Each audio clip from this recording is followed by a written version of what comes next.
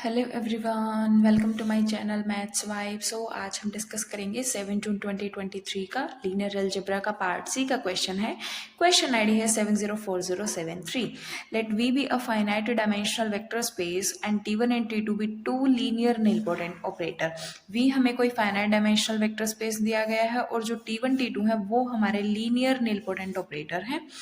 W1 क्या defined है? W1 is the collection of those vectors of V such that T1V is equals to 0. इसका मतलब है zero eigen value के corresponding जो भी हमारे आइगन वेक्टर्स है उनका कलेक्शन है W1। मतलब W1 जो है वो हमारा आइगन स्पेस है। सिमिलरली W2 भी हमारा आइगन स्पेस है T2 लीनियर ऑपरेटर में। देन हमें बताना है कि इन चारों ऑप्शंस में से कौन सा ऑप्शन हमारा फॉल्स है।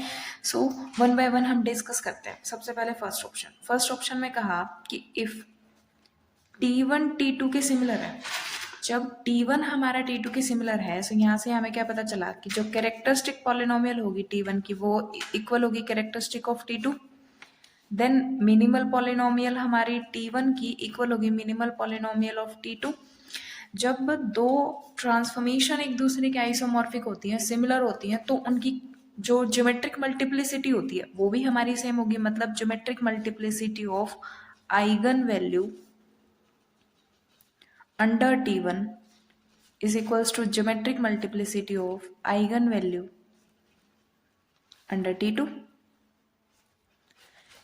ठीक है, इससे हमें क्या पता चला कि अब जीरो आइगन वैल्यू है, so dimension of W1 is equals to dimension of W2। W1 और W2 की डायमेंशन। अब हमें ये पता है कि जो V है वो हमारा फाइनाइट डायमेंशनल है। जो V हमारा फाइनाइट डायमेंशनल है और दो जो भी सब स्पेसिस हैं, क्योंकि W1 W2 आइगन स्पेसिस हैं, इनकी डायमेंशन इक्वल है। सो यहाँ से पता चलता है कि W1 भी W2 के सिमिलर होगा। सो फर्स्ट ऑप्शन तो हमारा करेक्ट है, 1 इज करेक्ट। ठीक है, सेकंड को हम बाद में देखते हैं। थर्ड ऑप्शन में कहा कि if W1 is equals to W2 is equals to V then T1 and T2 are similar. So third option में क्या है कि अगर W1 is equals to W2 is equals to V, इसका क्या मतलब है कि W1 में हमारे वो वेक्टर्स आ रहे थे जो आइगन वैल्यू जीरो के कॉरस्पॉन्डिंग हमारे आइगन वेक्टर्स थे। W2 में हमारे वो वेक्टर्स आ रहे थे जो जीरो आइगन वैल्यू के कॉरस्पॉन्डिंग हमारे T2 लीनियर ऑपरेटर में आइगन वैल्यू बन रहे थे और वो V के इक्वल है। इसका मतलब V का हर वेक्टर हमारा आइगन वेक्टर बना। जब किसी भी वेक्टर स्पेस का हर वेक्टर आइगन वेक्टर बन जाता है, इसका मतलब कि जो ऑपरेटर्स हैं T1 और T2 are diagonalizable. T1 T2 are diagonalizable और गिवन है कि T1 and T2 are nilpotent operator.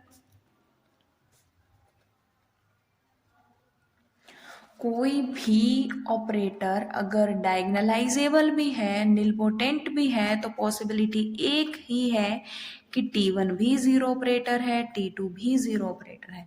जब T1 T2 दोनों हमारे जीरो ऑपरेटर हैं तो जो T1 है वो हमारा T2 के सिमिलर होगा। जब T1 हमारा T2 के सिमिलर होगा तो थर्ड ऑप्शन हमारा ट्रू हो जाएगा, बट हमें तो फॉल्स चूज करना है। So third is correct. Third is correct. Now fourth option ने कहा कि if W1 and W2 are isomorphic then T1 and T2 have same characteristic polynomial. ये एक रिजल्ट है कि अगर W1 W2 हमारे आइसोमॉर्फिक हैं देन जो कैरेक्टरिस्टिक पॉलिनोमियल होगी वो हमारी सेम होती है। बट सेकेंड ऑप्शन में कह रहा है कि if W1 and W2 are isomorphic then T1 and T2 have same minimal polynomial. उसके लिए हम एक एग्जांपल कंसीडर कर लेते हैं। उसके लिए हम क्या कंसीडर कर लेते हैं, T1 के कॉरस्पॉन्डिंग जो हमारी आइगन वैल्यू बन रही है वो बन रही, जो मैट्रिक्स बन रही है वो है ये।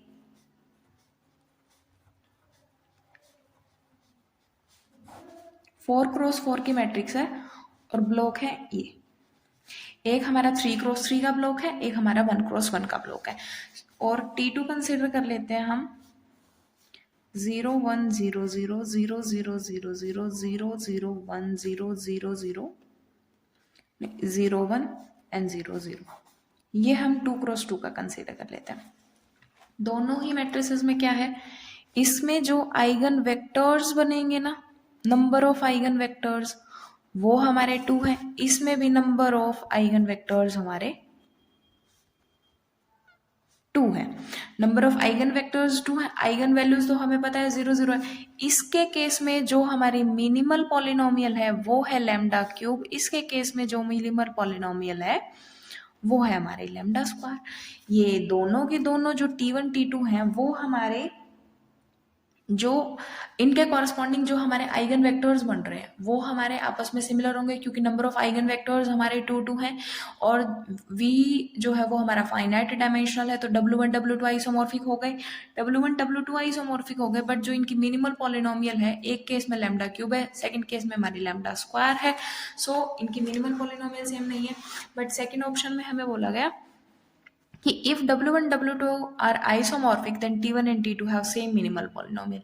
ये स्टेटमेंट हमारी गलत है, हमें फॉल्स ही चूज करनी थी, so second option is the correct option.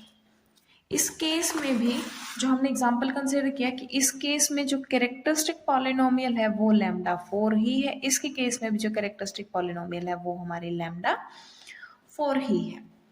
Thank you.